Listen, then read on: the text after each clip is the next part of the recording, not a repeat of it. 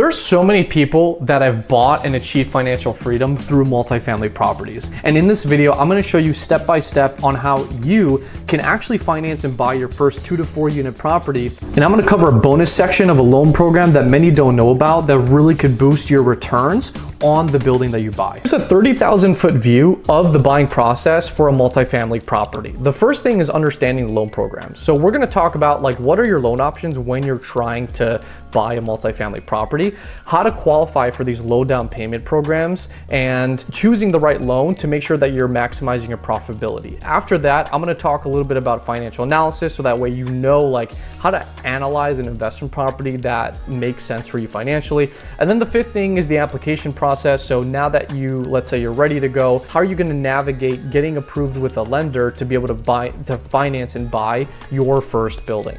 If you miss or skip any of these steps, it's gonna be very difficult for you to purchase your first building. Now, what are your loan options when you're financing a 2 to 4 unit building? Well, there's 3 different ways you can do it: conventional, FHA, or VA.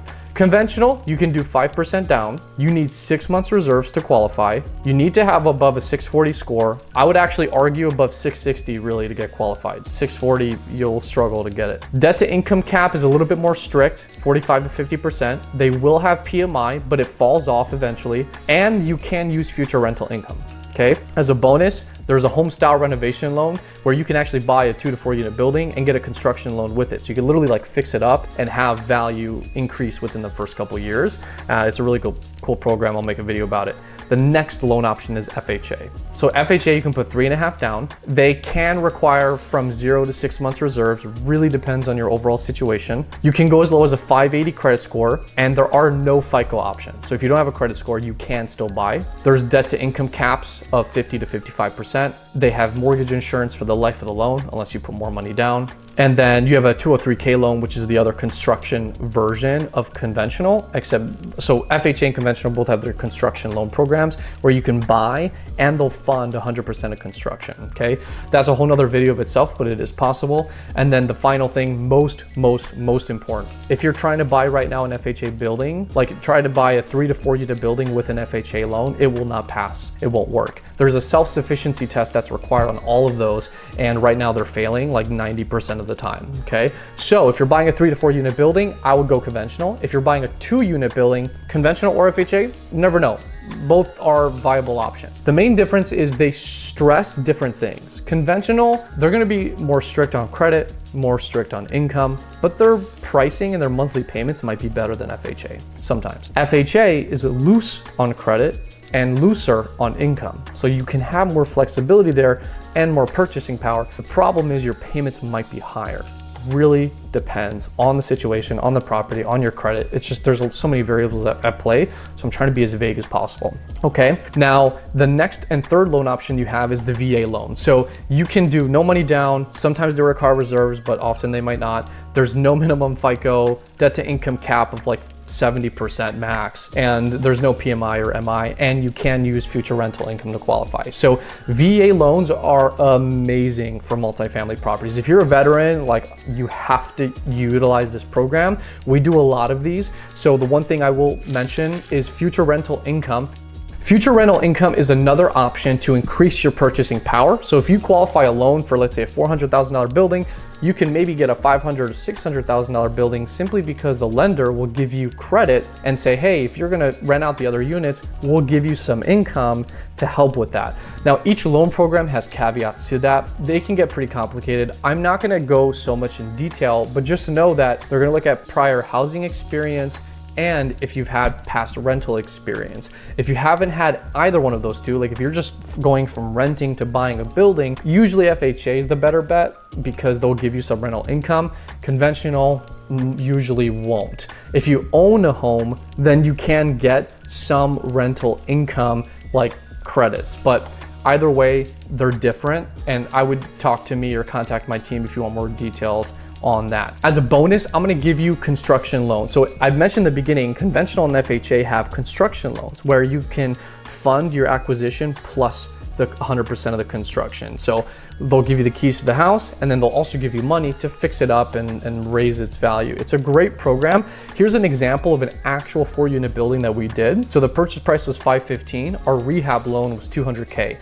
Total cost $715, and our down payment was only $25K. Like this was an FHA 203K, so it was like crazy. But you can finance 5 mortgage payments in the loan. Ask us more about this. And the first month, there's no mortgage up to 6 months. Okay, so what we did was we added, you have to know too, like value adds, and this is where your realtor will help, understanding like what do you need to do to increase its value. So with this, we had all the existing income. I laid it out per unit, but our new income, notice the difference there. After we did the renovations, we were able to increase the income dramatically simply because we added bedrooms, we made it nicer, we modernized it a bit, and so we were able to have a strong ROI because we bought it pretty cheap and we fixed it up and increased its value. So now this homeowner has the opportunity to pull money out of their multifamily building after they just fix it up and go buy another property, right?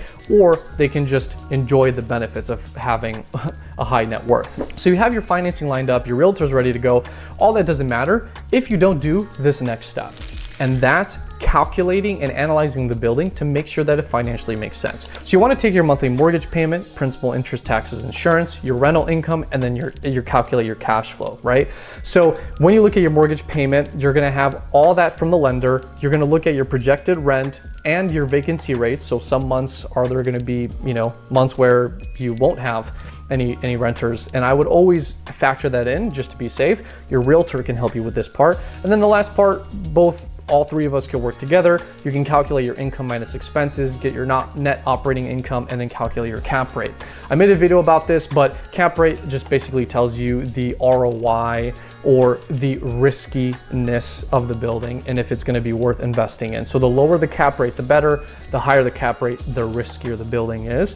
And so this will help you give you an idea of what's my return on investment. Now, there's a lot that goes into just this slide. For the sake of time, I'm going to move on, but if you have any more questions, just reach out to me directly and I can help you with analyzing deals. So when you want to prepare for the loan, like let's say you're ready to get approved, you want to start making offers, but you don't know where to start with this regard. So what we're going to ask for generally is tax returns, pay stubs, bank statements, other assets, ID, things of that nature. You can get with us to get more specific details, but in general, those are the bulk of the items that we're going to ask for. So the next part is the loan process. So you get pre-approved. Now you can start making offers on buildings that you see, you analyze, and that you like, and that could be a good fit, right? So let's say the seller accepts your offer. What happens now is you formally submit the loan to underwriting, and a couple of things are happening at the same time. Basically, you have your own inspector, your home inspector comes out, and he or she is going to look at the whole building, make sure it's good to go, there's no red flags. And then the lender is going to order the appraisal. That's basically like their own inspection. And that appraiser is going to assess the rental income. If you ordered that, he's going to assess the value, but then also he's going to look at the structural soundness of the building to make sure that, to cover the lender's butt, basically. The lender wants to know it's good before they give you all this money, right?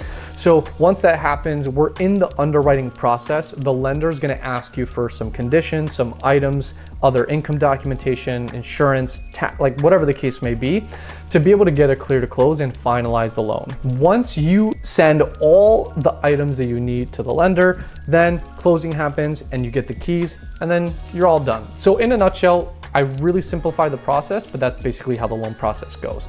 Now, the biggest mistake that I see a lot of multifamily buyers make is these 3 things. The first thing is they don't have a financial cushion. So if you don't have a cushion that's strong enough to keep you going in case there's vacancies in the beginning, right, as you're building up your portfolio, then you might have a lot of headache because let's say a tenant is not there 1 month and you're losing rental income, but then also you don't have the funds to fix up any issues that might happen with the building, if the plumbing goes wrong, if you need to replace the drywall, whatever the case may be. The second thing is unexpected costs, which goes into the first one. If you don't have a cushion, you can't pay for the unexpected costs, and without that, you won't have that long-term success. And so you want to have that stability. Having the proper tenants, being in a good enough area where you can have good tenants in your building will really, really help. give you some cash flow, give you some income to be able to fund your unexpected costs or your financial cushion down the line. If you need more personalized advice or access to free tools that I've made for my investors, reach out to me directly. We can help you get the best loan for the multifamily property that you're looking at and get the best pricing out there. My name's Ben Steff. I'm a licensed mortgage advisor, and my contact information is in the description below. I want to end with this. Take action. All this information is great, but knowledge without action is useless. So even with all this information, if you haven't been able to do anything yet, I strongly recommend taking action. Take the information that you got in this video and go and apply it. Find out what loan program is the best fit for you and contact my team for that. We can help break it down for you and give you a ton of loan options that really make sense. I hope you found value in this. My name's Ben Steff, and be sure to subscribe to get access to private and exclusive tools and be the first to know about any loan programs that you can use to buy your first or your next multifamily property.